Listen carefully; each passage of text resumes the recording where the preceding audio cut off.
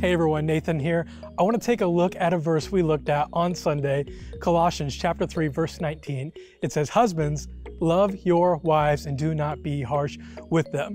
Paul was writing this in a time where culturally the wife was forced to submit to her husband, more often than not, causing the husband to become harsh and domineering. In this verse, Paul is not rebuking husbands leading their families and wives submitting to their husbands, but Paul does address two particular things here. In the second half of the verse, he gives a command in response to this negative normality in culture. He says, "Husbands, do not be harsh with your wives." What we read here is very straightforward as to what Paul means. Husbands being harsh with their wives is an issue in culture, and Paul is rebuking and warning against it. Very straightforward.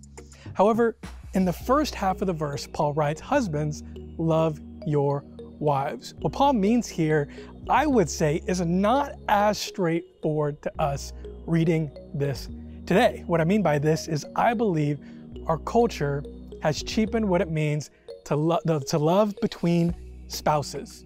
When Paul writes this, he uses a very particular word for love. He is not speaking of physical attraction or romantic infatuation. He is not referring to a warm feeling or peace and harmony at all times. Paul is charging husbands to a state of mind, heart, and attitude that concerns itself with the well-being of the one loved. Sound familiar?